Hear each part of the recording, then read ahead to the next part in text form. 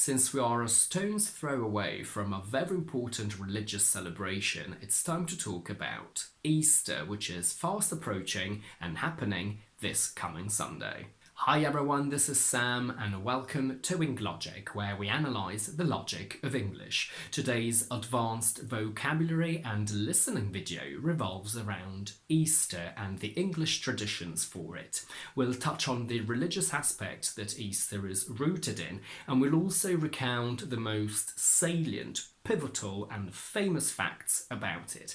This is not meant as a painstaking theological analysis of what Easter is. It's more a collection of fun facts that will allow us to stretch our vocabulary muscles. Last year I made a video on Carnival, which is strictly connected to Easter, where I talk about some of the concepts I'm bringing up today. So if you want to learn more vocabulary related to that, you can watch it over here.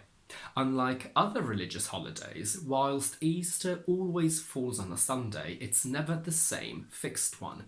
I don't want to make this too scientifically complicated, but it falls on the first Sunday after the first spring full moon, which technically is on or soon after the 21st of March.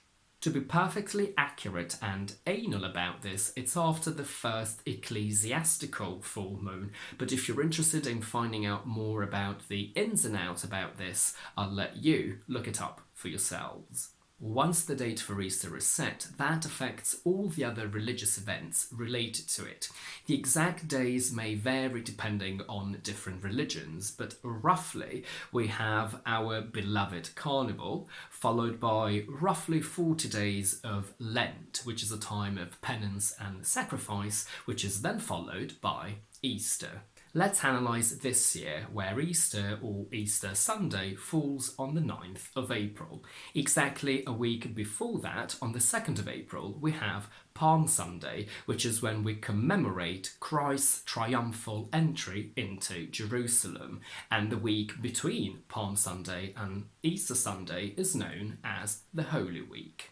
The 6th of April has various names, the most famous ones being Maundy Thursday or Holy Thursday, which is when Jesus washed the feet of his apostles with whom he had the Last Supper, so the last meal before he died.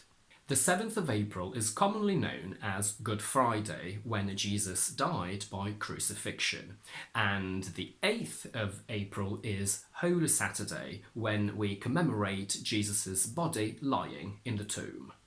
The Holy Week culminates with the resurrection of Jesus on Easter Sunday, when he rose from the dead and came back to life. The 10th of April is Easter Monday. Some religions and countries celebrate it as a bank holiday and some don't. Speaking of which, I have a whole video on bank holidays over here if you want to have a look at it. We don't actually know what happened that day, and the Bible and the Gospels don't specifically say that we should celebrate it, but some of us do. Catholics call it the Monday of the Angel because when a group of women went to the tomb to pray for Jesus, they found it empty and an angel announced his resurrection. From now on, I'll specifically be talking about England and not the other countries that Britain comprises, because I know that we have slightly different traditions, or, well, if not traditions, different bank holidays.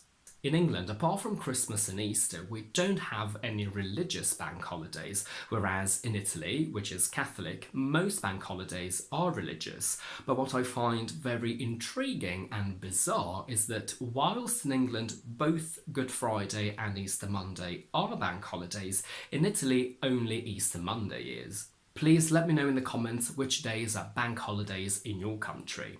And something else that I think is worth investigating is Easter's impact on our lives compared to Christmas. First of all, you do not need to be religious to be affected by this, or to belong to a religion that celebrates Easter at all. But religiously, I've always been taught, and it makes sense, that Easter is actually more important than Christmas, because of course it's great that Jesus was born, but there is nothing really special about it. Anyone can do that. Anyone can be born. Jesus' greatest significance for religion and the world is that he defied death and came back from it, which is not something that we can all do. So, although the magnitude of what Easter stands for trumps Christmas hands down, culturally it's nowhere near as celebrated or felt as Christmas. Christmas is not only about religion for those that believe in it, but it's also family time. Believers and non-believers travel across the world to go and see their families. It's basically a global event, even in those countries where it doesn't mean anything religiously or by tradition. Easter, on the other hand, doesn't really play an important part in our lives culturally, which again I find curious. Let me know in the comments if you feel the same about your country or if it's different over there. Now, after all of this intense vocabulary, we'll end on a lighter note, namely the most popular Easter traditions that we have over here. We can't not start from Easter eggs brought by the Easter Bunny. It's very typical for kids to go on an Easter egg hunt where they need to find all the eggs that the Easter Bunny supposedly leaves scattered around a park, if it's a big event, or your house. I don't think this next tradition is as common as it used to be, but we paint eggs over here, which is a lovely activity to do with your family and friends.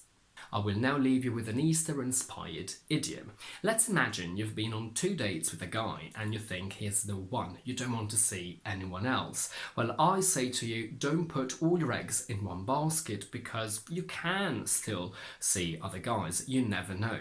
And that means to completely depend on one person or thing for your success without having a plan B. So if you stop seeing guys after the second date with this one and on the third date you decide not to see each other again, you'll be left with nothing. And that's it for today. If you like this video, please don't forget to give it a thumbs up and to subscribe to my channel down below. And do let me know in the comments if you have any questions about the new words that I've taught you today, about our traditions, and also do let me know what you do in your country for Easter. In the meantime, I will see you on Tuesday with another explanation video.